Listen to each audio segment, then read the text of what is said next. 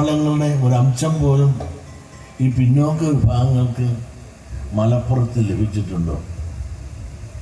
മഞ്ചേരി ഉള്ളതുകൊണ്ട്, അദ്ദേഹത്തിൻ്റെ സ്ഥാപനം ഉള്ളതുകൊണ്ടും നിങ്ങൾക്ക് കുറച്ച് പേർക്കെല്ലാം വിദ്യാഭ്യാസം ലഭിക്കാനുള്ള അവസരം ലഭിക്കും. ഇവിടെ നിങ്ങളൊന്ന് ആലോചിച്ച് നോക്കും, നമുക്കെന്ത് നിങ്ങൾക്ക് പഠിക്കാൻ അല്ലെ പഠിപ്പിക്കുവാൻ മലപ്പുറത്ത് എവിടെയുണ്ട്? ഒരു കുടിപ്പള്ളിക്കൂടം പോലും തരുന്നുണ്ടോ? ഇവിടെ പല ഭരണകൂടങ്ങളും വന്നു പോയി. ഈ വന്നവനും പോയതിനും എല്ലാം തന്നെ അവരുടെ കുടുംബസ്വത്തായി കണക്കായിക്കൊണ്ട് അവരുടെ കുടുംബത്തിലേക്ക് എല്ലാ അധികാരങ്ങളും അവകാശങ്ങളും കൊണ്ടുപോയപ്പോൾ ഞങ്ങളും കുടുംബക്കാരാണ് എന്നുള്ള വിചാരത്തോടു കൂടി ഈ പിന്നോക്ക വിഭാഗങ്ങൾക്ക് ഒരു പൊട്ടും പടിയുമെങ്കിലും അയ്യപ്പൻ ഇരിക്കട്ടെ എന്ന് കണക്കാക്കിക്കൊണ്ട്